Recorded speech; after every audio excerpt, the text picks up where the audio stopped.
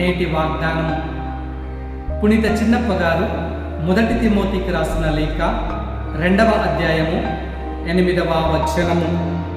ఎల్లెడల ప్రజలు క్రోధము కానీ తర్కము కానీ లేకుండా చేతులు మోడ్చి భక్తితో ప్రార్థింపవలెనని నేను కోరుచున్నాను.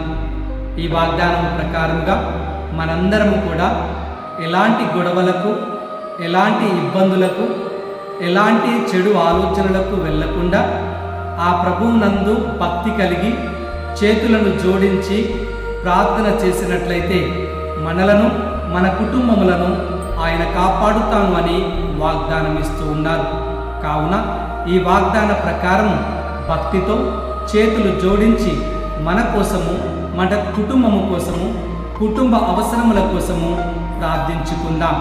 దేవుడు ఈ వాగ్దానము ప్రకారం మిమ్ములను ఈ రోజంతా దీవించి కాపాడుదురుగాక. ఆమేన్.